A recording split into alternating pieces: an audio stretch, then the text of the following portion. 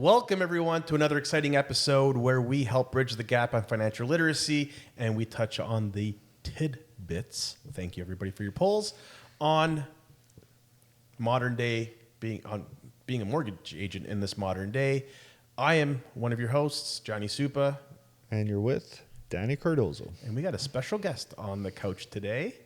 I'm Ida Mirazadeh from Simmons de Silva. I'm a family law lawyer there. Welcome. Thank you. Thanks for having me.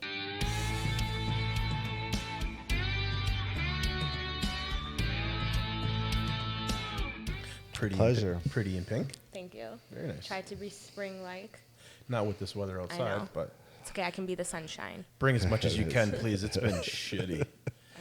So, speaking of weather, is it going to get nice anytime soon, or are we just going to keep having these drowsy Well, we had shit? like this great January, Which spoiled it for right? everybody. It's like, and then it's been just pretty downhill from there. But hopefully we'll have a good summer, and hopefully it lasts long. Like, I remember my wife yesterday was booking a camp for my son, and she's like, so what do you think? Should it be the third week of July? I'm like, oh my God, it's already the third week of July. I know it's not, but like when you start planning stuff, it's like it comes quick, and it goes even quicker, and next thing you know, Yeah, we're talking about cottages with families and... Any plans this summer? Work, busy, possibly going to Europe, Oh, nice. Where in Europe? Spain. Oh, gosh. I love Europe. Doesn't matter where. I It's know. just like... It's always a good time. Just somewhere to go. So, what exactly do you do, darling? So I do, so I basically deal with separation and divorce. Also deal with a lot of prenups, cohabitation agreements, marriage contracts, some private adoptions, no child protection, but all other areas of family law basically I deal with. Simmons de Silva does practice other areas of law. We do real estate, corporate litigation, wills, but I deal only exclusively with family law issues. And I just thought it would be great to talk about it here because mortgages and, selling the home, the matrimonial home, usually the largest asset that separating spouses deal with. This issue of, will I qualify for a mortgage on my own post-separation, refinancing, all these issues come up. As part of my practice, I try to deal with as many other professionals as possible just so that my clients have the benefit of, I obviously don't have the financial advising background to be able to, give them specifics, but I'd like to be able to work with those professionals so I can help my clients make informed decisions when they are thinking about buying and selling a home post-separation and divorce. What's that process like? That must be terrible to deal with.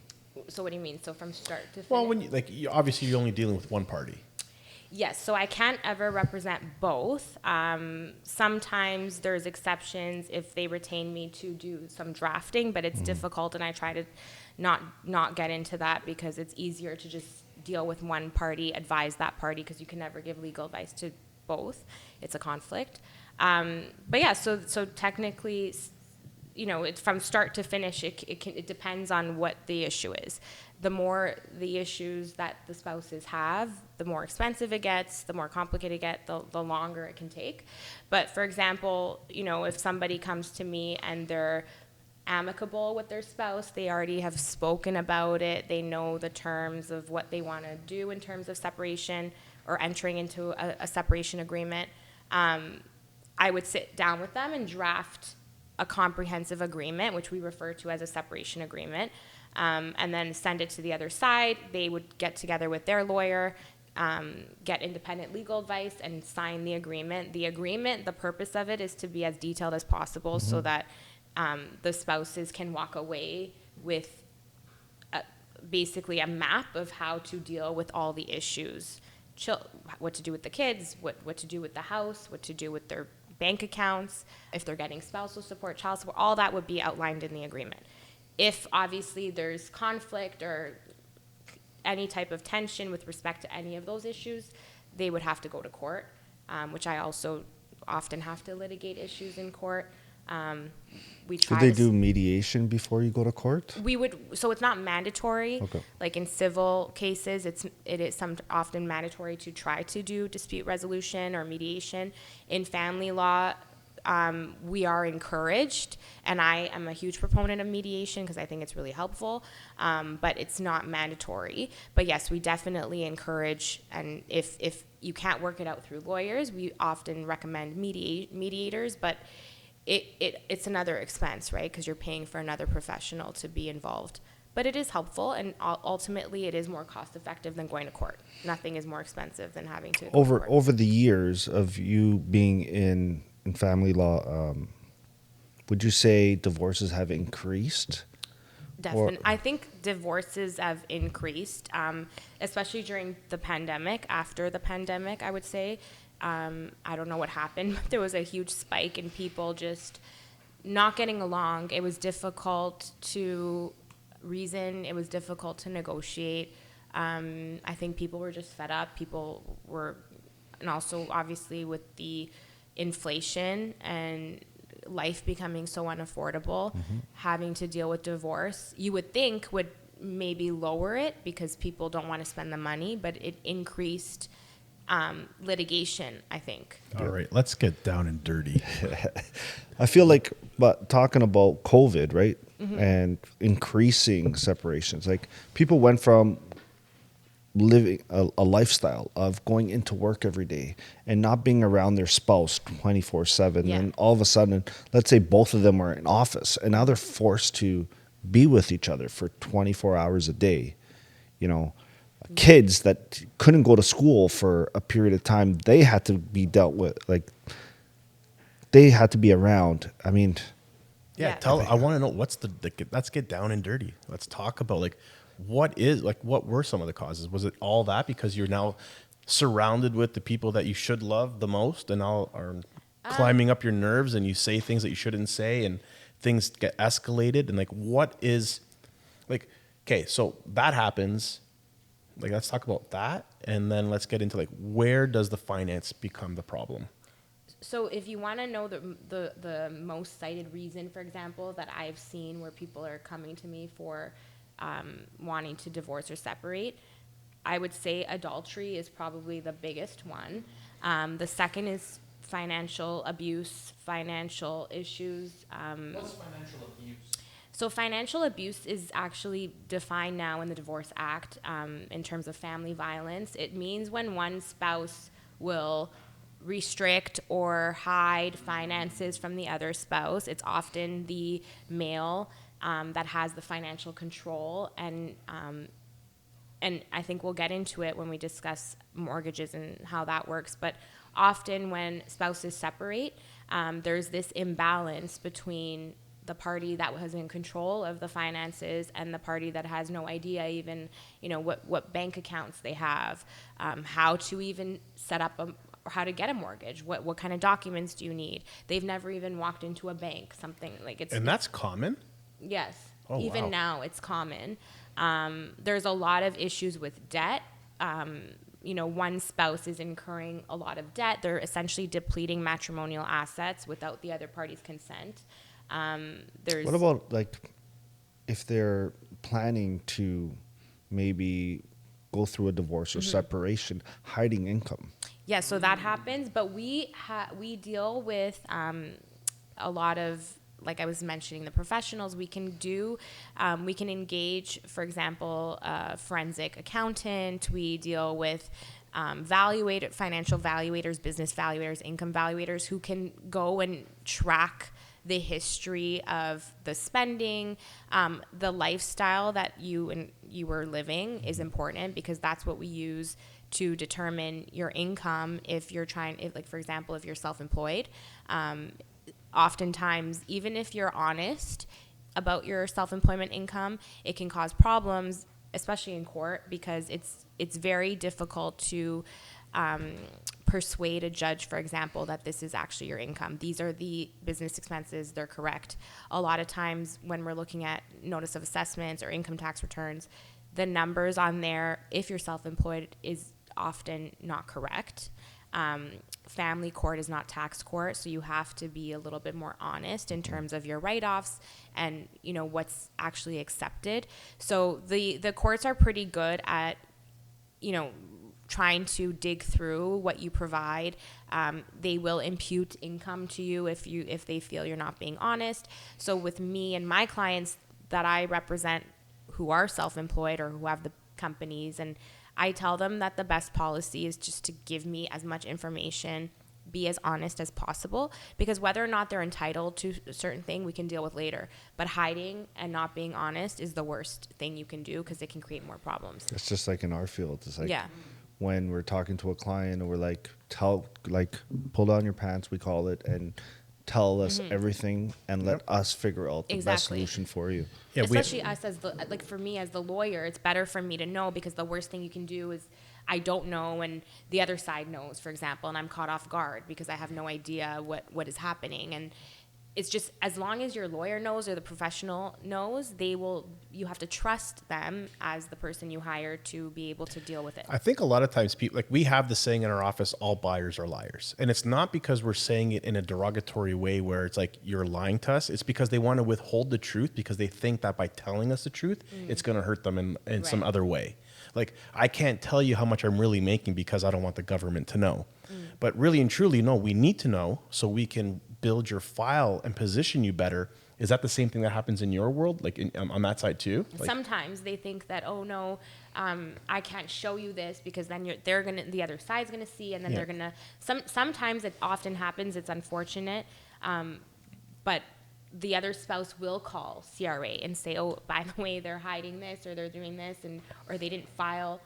It does cause problems, but we do try to keep it civil and amicable, and show that we're negotiating in good faith when you are disclosing as much as they can, because then we can. It just sets a good tone. When you're already being not honest, it leads to what else are you not being honest about? That it causes problems. same thing on the debt side too. They try to withhold on the debts. So debts actually help you in family law when we're dealing with equalization. Equalization is just the term that we use when we determine a person's net worth as of the date of separation. So we take all your assets and all your debts as of the date of separation, and we subtract the debts from the assets to determine your overall net worth. Yep. So the more debts that you have, the better it is for you, because it lowers your net. We call it NFP, net family property. So oftentimes we see all of a sudden these like personal loan, 50,000, and then the other person's like, what is this personal loan? Or they'll just say that they have disposition costs, which I think is another interesting topic to get into, just with the new capital gains tax at 66%. For us as family law lawyers, I think it's going to be a little bit challenging to determine somebody's net worth now, because if they do have a big investment portfolio that's over 250,000, before we were calculating the disposition costs, but now we have to account for the 66%. So that's messed up. Let's talk about some separation mortgages. And what is a separation mortgage? So separation mortgage is basically when there's two spouses, obviously they're separating. We have this term in family law called a buyout. It's essentially when the one separating spouse can decide if they're able to qualify even for a mortgage to be able to buy out the other spouse's 50% interest. I think the before we get into separation mortgages, the important thing to understand is what a matrimonial home is. And that's essentially, it's defined under Part 2 of the Family Law Act under Section 18. But a matrimonial home is essentially the house that you are residing in as spouses as of the date of separation. It's often the largest asset that you own as a married couple. Is it considered equal?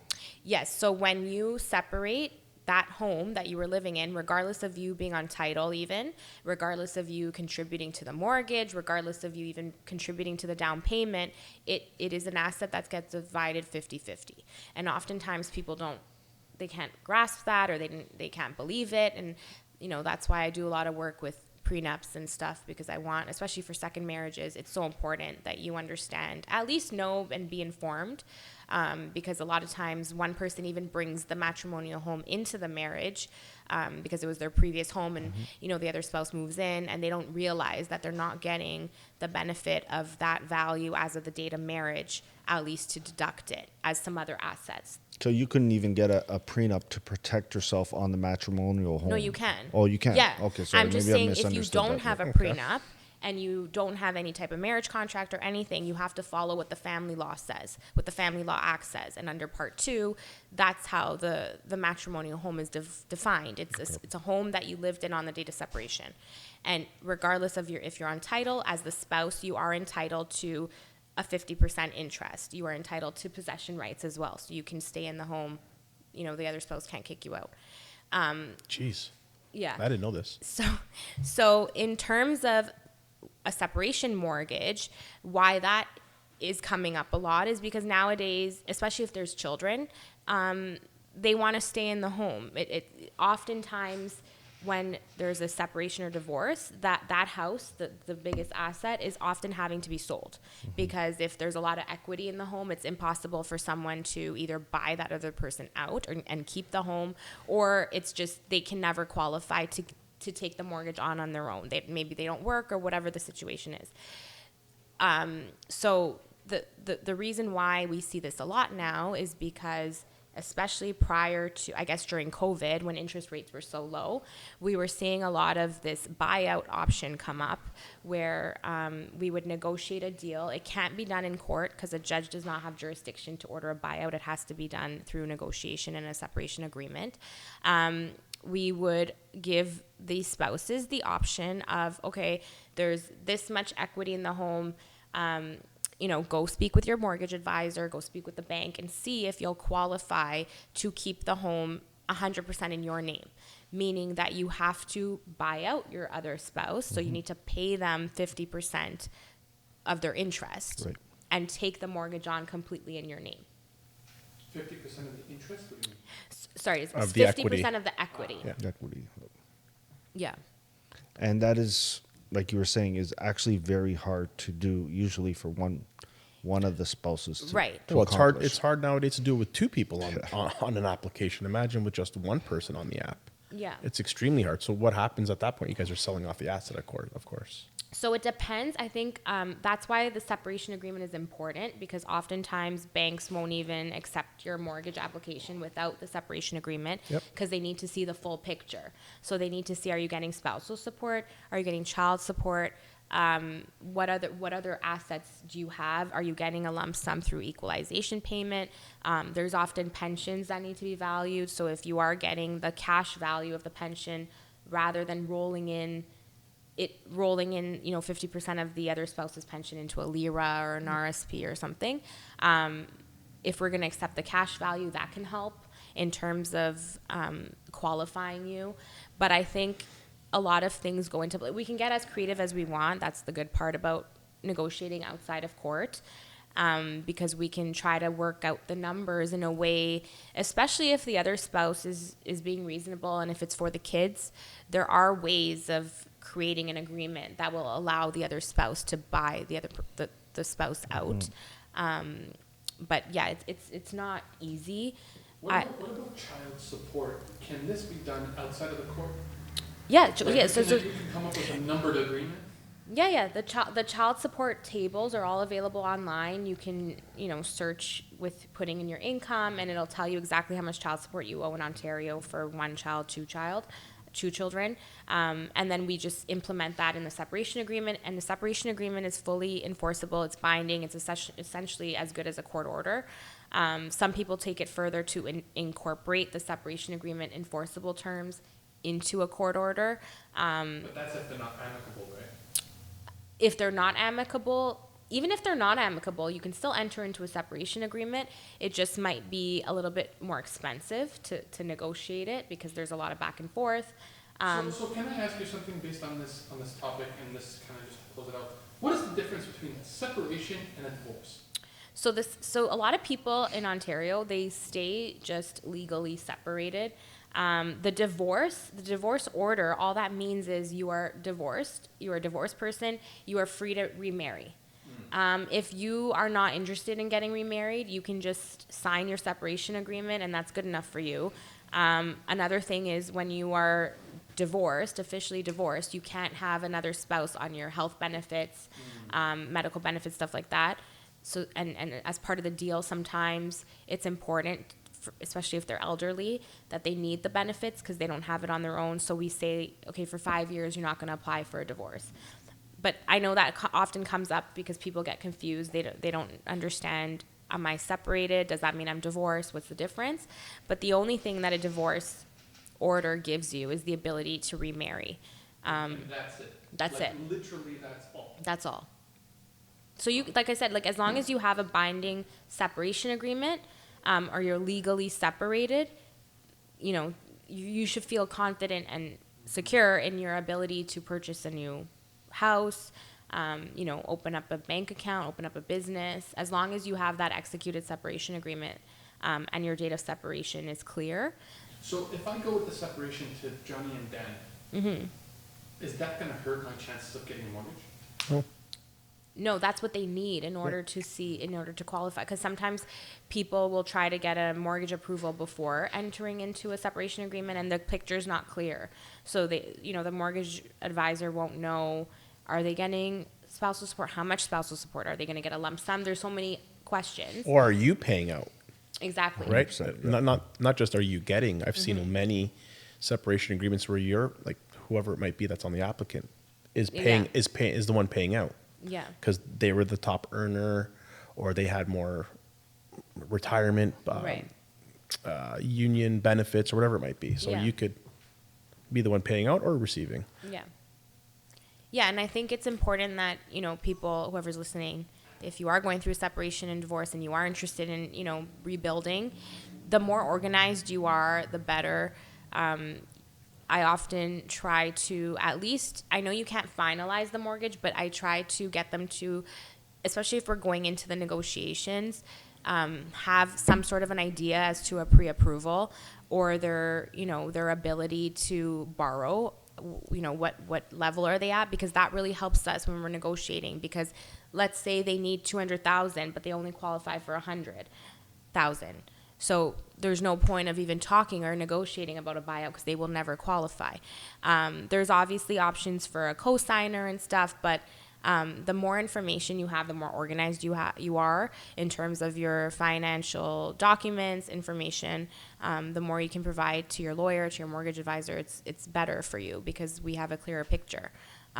We can give you better legal advice, and it'll also be cost effective because you're not spending more time for us to go back and forth. I find on our side that a client that comes to see us first, sometimes it doesn't work out in a sense where it's like, I feel like they need to speak to you first before they speak to us because they sort of have to, you're saying they should speak to us and get a pre-approval, but I think it should be the other way in a sense where they sort of need to know where that agreement's going before they come to see us because that's without knowing.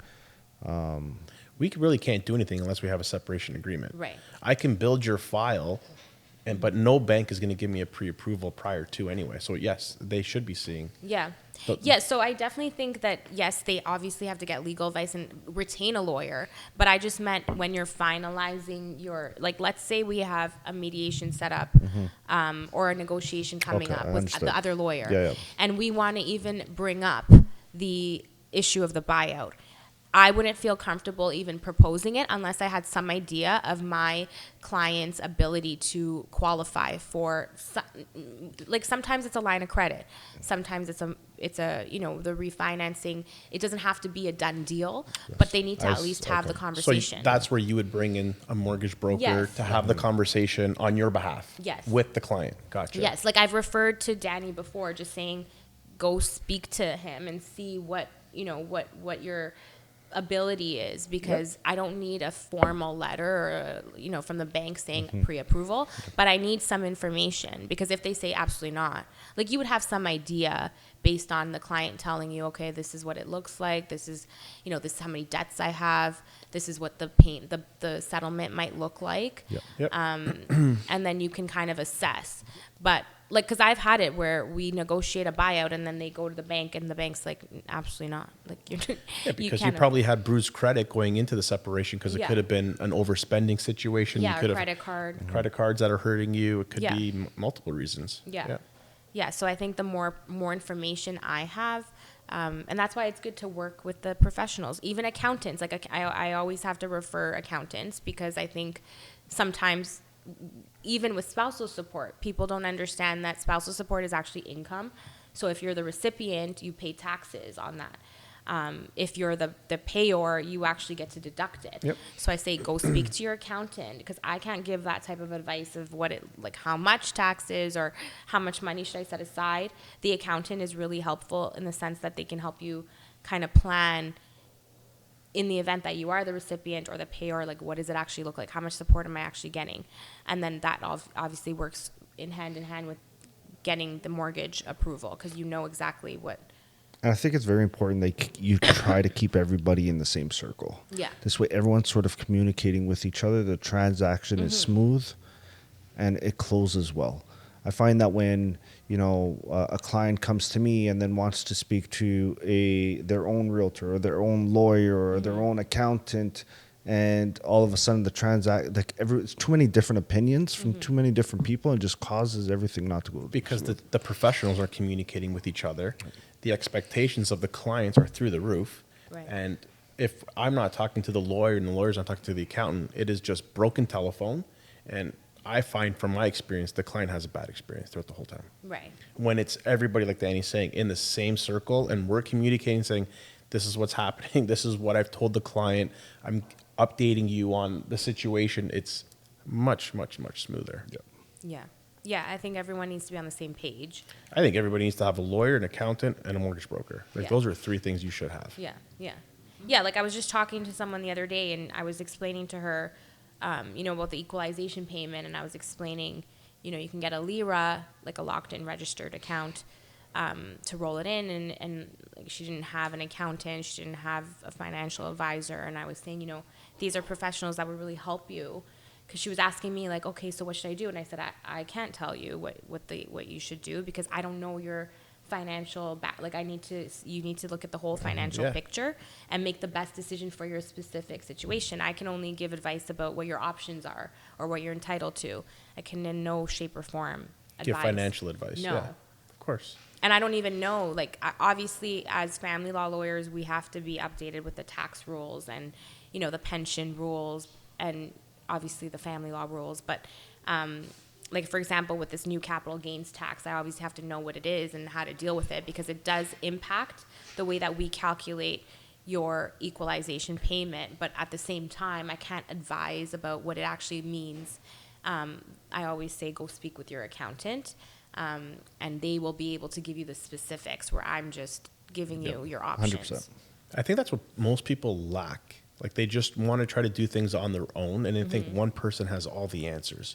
Yeah. You need specific heads for each department. Yeah. And I think that's some advice that everybody should take is go find the head of the department or your professional for yourself and put them inside your, whatever you call it, Rolodex. So you have access to these people because that's where your answers are going to come from, and that's where making the right decisions are going to come from. For sure.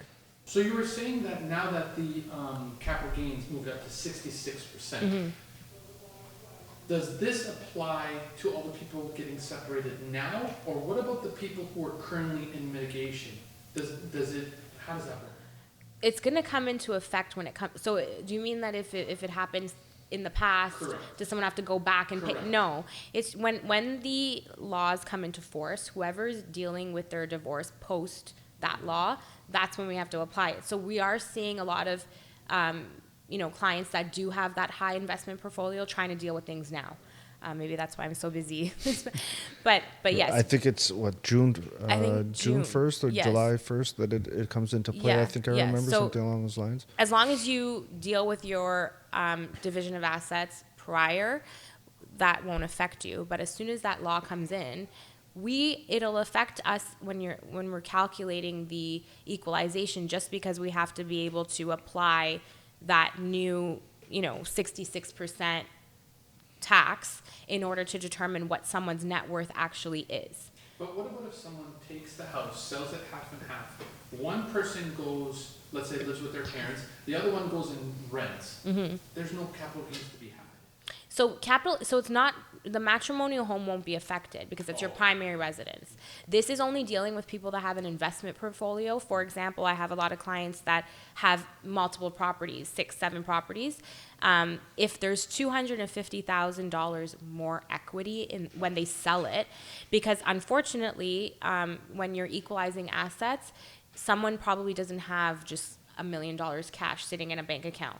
They are likely going to have to sell properties.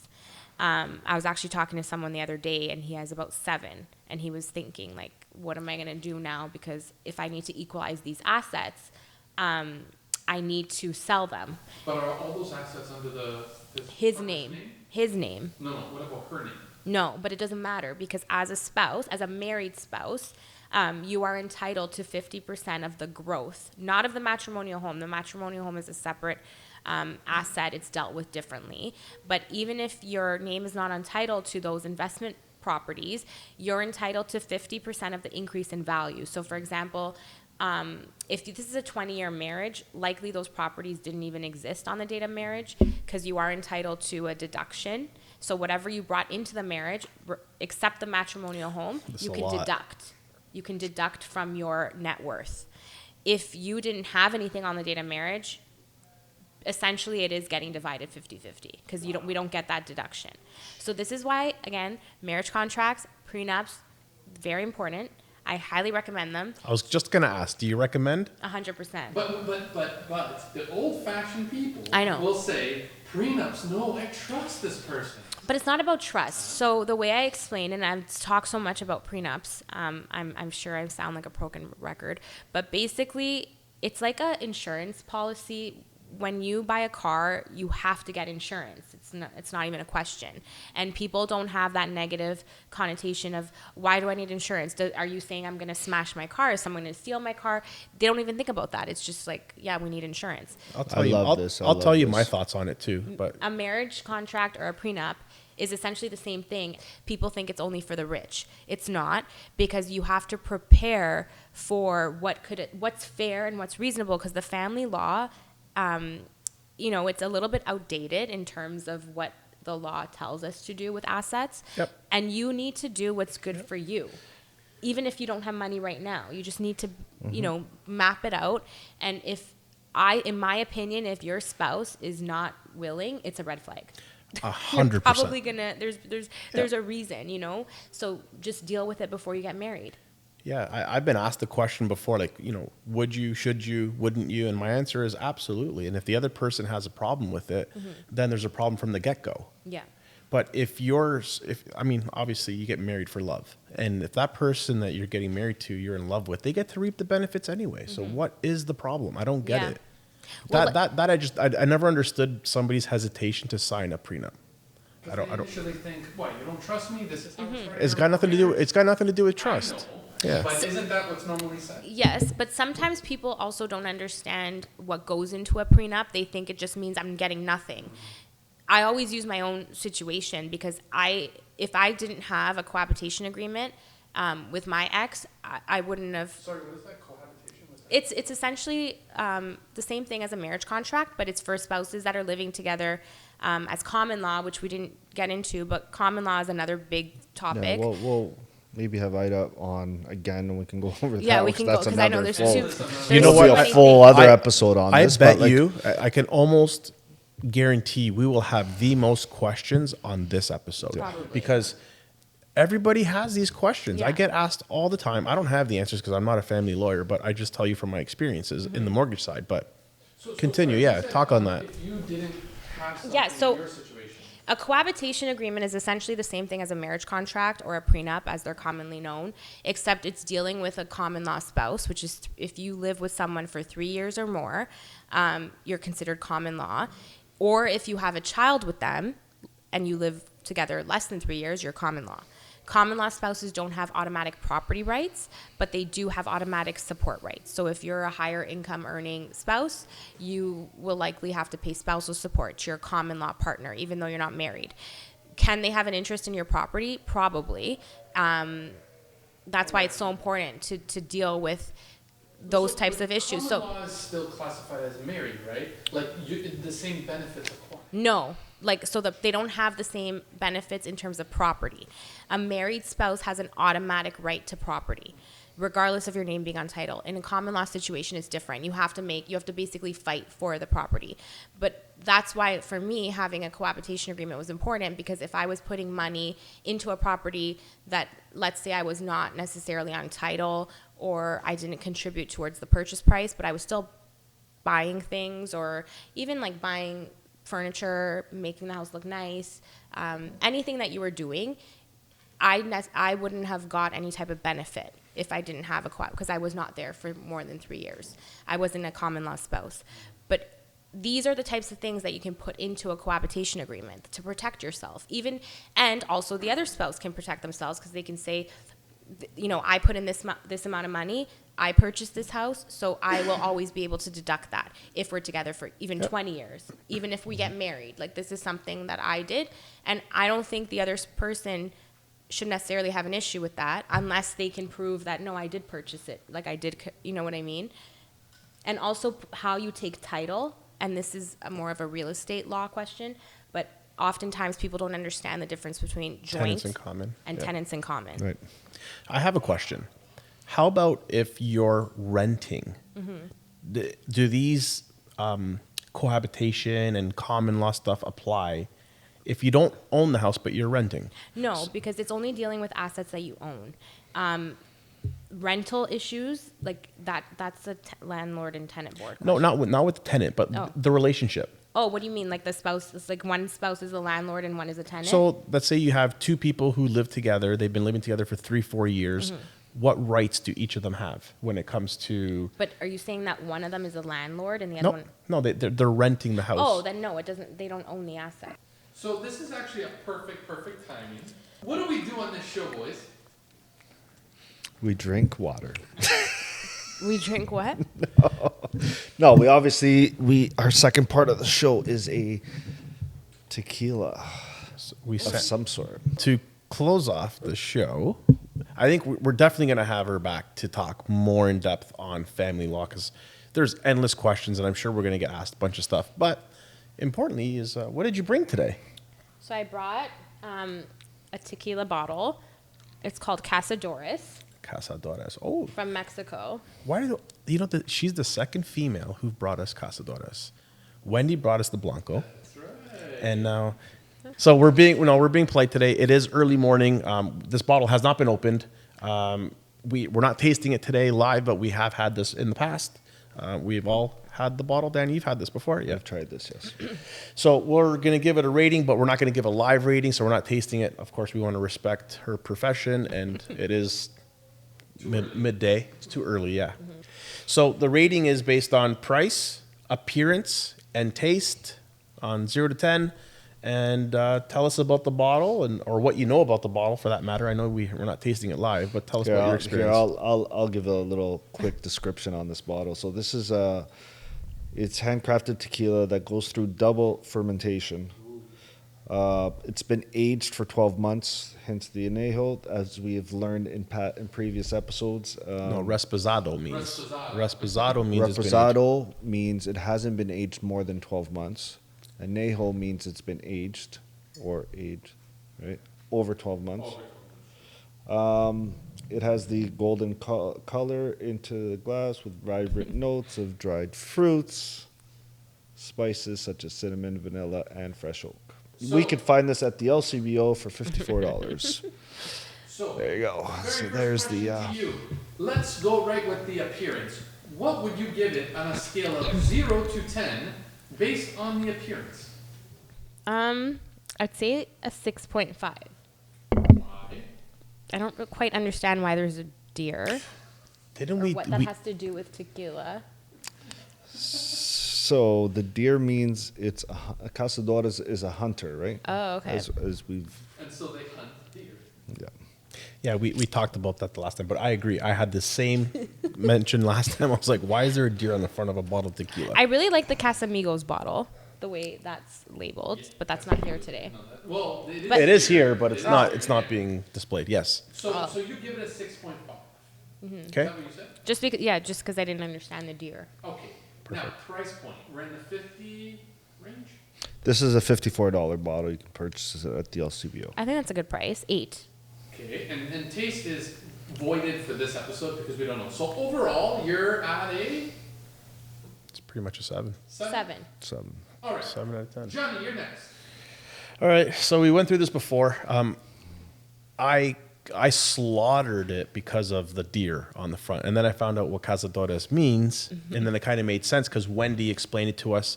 But again, for the appearance, I'm not really. It doesn't really sit nice on my shelf, so it's not something I would really go after. But now I'm going to look for those labels, and is not a certified real tequila, so CRT. There is history as to why the Cazadores Hunters is on this bottle. Okay. I just don't know it. So, anyways, I don't remember. I'm looking for the CRT number, and I'm looking for the EM number. It's not on there. So this one's not a certified. it's not a tequila. certified real Oh, tequila. so if it's not real tequila, what is it? I don't know. We It just is learned this. tequila. They just add additives into it, so it's not actually it's not certified. pure. It's not pure tequila, Oh, or so then it I wasn't. change my vote. Well, I'm going to stick to the 6 that it deserves. The price point, I mean, at $54, it's a little above that $50 mark. So again, it does hurt it, but it does taste good. It is a good Reposado. I'm a big fan of the darker tequilas. So again, I'll give that the 7. So ultimately 6.5 overall is what this. 6.5. Is that not an anejo? Sorry, did I say Reposado? I apologize. Danny, how do you feel about this one? Anejo, sorry. I'm gonna go with the 6 on the bottle. The way of the appearance, nothing there much for me. The sticker doesn't really do it. 56 bucks? $56, a little bit too high for this bottle, if you ask me. This is, they're Reposados in the 40s. This one's aged a little bit. Okay, but doesn't really do it for me. So overall, 6.5. ooh, all right. Okay, well, I want to thank you for having you on our show. Where can we find you? You can obviously find me through our website, which is www.sdslawfirm.com. We actually have a cool interactive AI system in place, so you can just click Get Started with Ida, and you can go through the prompts, and it'll give you all the information you need to at least get started with a consultation with me. I also have an active social media account, Mirazadeh Family Law. I haven't been as active as I would like this year just because I've been busy, but I do post quite a lot of information just to help people. I can't give legal advice on there, but it is helpful. What's your That's handle? awesome. Mirazadeh Family Law. Awesome. We'll take Mirazadeh. Mirazadeh. So my last name, Family Law. Mirazadeh Family Yeah. Law. Awesome. Johnny? Yeah, you can find us here at 12 Par Boulevard in Bolton. You can find our podcast on Spotify, On the Couch Podcast 23. You can find us on YouTube, On the Couch Podcast 23. And, of course, follow us on at Your Nesta Financial. All right, guys, if you like the show, share the show so we can grow. And we'll see you next time.